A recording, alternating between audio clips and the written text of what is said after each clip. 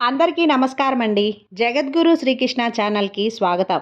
ఈరోజు ఆషాఢ మాసపు శుక్రవారం. ఈ పరమ పవిత్రమైన రోజున ఈ అమ్మవారి కథలను విందాం. అవంతి నగరంలో సద్బ్రాహ్మణుడు ఒకడు ఉండేవాడు. అతనికి సునిధి, వేదనిధి అని ఇద్దరు కుమారులు. వారిలో వేదనిధి దుర్మార్గుడు. ఒకసారి ఆ దేశపు రాజు ఆ బ్రాహ్మణునికి ఒక బంగారు కడియం బహుమతిగా ఇచ్చాడు. అతడు ఆ గాజును జాగ్రత్తగా దాచమని తన భార్యకు ఇచ్చాడు. అది వేదనిధి చూసి దానిని దొంగలించి ఒక నర్తకికి ఇచ్చాడు. మహారాజు ఒకరోజు ఆ నర్తకికి నాట్య ప్రదర్శన చేశాడు. అప్పుడు అతనికి బ్రాహ్మణునికి తాను కానుకగా ఇచ్చిన బంగారు కడియం కనిపించింది. దాని గురించి అడుగగా ఆ నర్తకి దానిని వేదనిధి ఇచ్చాడని తెలిపింది. వెంటనే రాజు ఆ బ్రాహ్మణుణ్ణి పిలిచి తాను కానుకగా ఇచ్చిన బంగారు కడియం ఒకసారి తీసుకురమ్మన్నాడు. బ్రాహ్మణుడు వెంటనే ఇంటికి పోయి తన భార్యను ఆ కడియం గురించి అడిగాడు.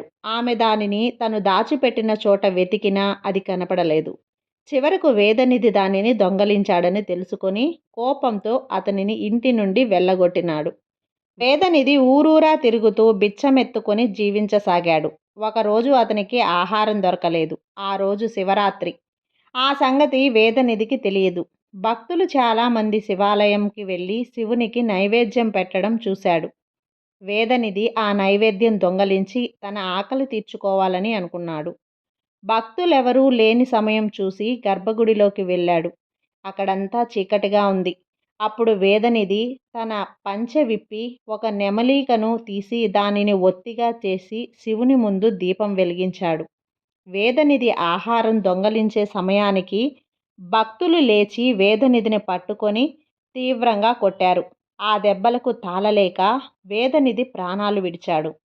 యమదూతలు వేదనిధిని నరకానికి తీసుకుపోవటానికి వచ్చారు.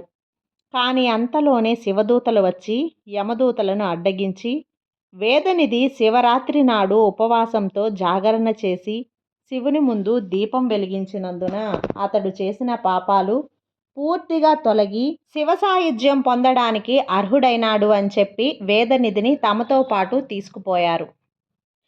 సనత్కుమారుడు బ్రహ్మ యొక్క కుమారుడు. అతడు ఒకసారి యముడిని చూడడానికి వెళ్ళాడు.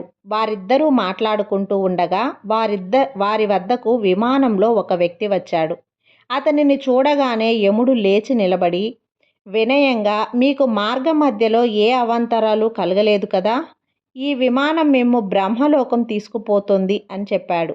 యముడు ఆ వ్యక్తిని అంతగా గౌరవించడం చూసిన సనత్కుమారుడు ఆశ్చర్యపోయి, మీరే ఇంతగా గౌరవింపబడుతున్న ఈ వ్యక్తి ఎవరు? అతని వృత్తాంతం వినాలని కుతూహలంగా ఉన్నాను అన్నాడు. అప్పుడు యముడు ఇలా చెప్పసాగాడు. ఒకసారి పార్వతి తపస్సు చేయడానికి వెళ్ళినప్పుడు ద్వారం వద్ద కావలి కాస్తూ ఉన్న నంది మాయాపార్వతిని లోనికి పంపినాడు. నంది చేసిన పొరపాటును పార్వతి క్షమించలేకపోయింది. అతనిని 12 సంవత్సరాలు నక్కగా పుట్టమని శపించింది. శాపం కారణంగా నంది నక్కగా పుట్టి వితస్త, వేత్రావతి నదుల సంగమ స్థానంలో ఒక శివలింగం ప్రతిష్ఠించి నిద్రాహారాలు మాని తపస్సు చేసింది. 12 సంవత్సరాలు గడిచిన తర్వాత ఆ నక్క చనిపోయి నందిగా మారి కైలాసం చేరుకుంది. ఈ సంగతి గమనించిన ఆ దేశపు రాజు ధర్మపాలుడు ఆ ప్రదేశంలో ఒక ఆలయం నిర్మించి అనేక మంది బ్రాహ్మణులను రప్పించి పురాణ ప్రవచనాలను ఏర్పాటు చేశాడు. ఇంత పుణ్యం చేసుకున్నందుకు అతడు చేసిన పాపాలు అన్నీ తొలగిపోయి చివరకు బ్రహ్మలోకానికి చేరుకున్నాడు. యమునిచే గౌరవించబడిన వ్యక్తి అతడే. శివుడిని, పురాణాలను గౌరవించడం వలన కలిగే పుణ్యం ఇది. కాబట్టి శివ పురాణంలోని వృత్తాంతాలను ప్రతి ఒక్కరూ విని పుణ్యాన్ని సంపాదించుకోవాల్సిందిగా మనస్ఫూర్తిగా కోరుకుంటున్నాను. ఈ వీడియో కనుక మీకు నచ్చినట్లయితే లైక్ చేసి సబ్స్క్రైబ్ చేయండి. అలాగే నచ్చితే మరికొంతమంది భక్తులకు షేర్ చేయండి. సర్వే జనా సుఖినో భవంతు.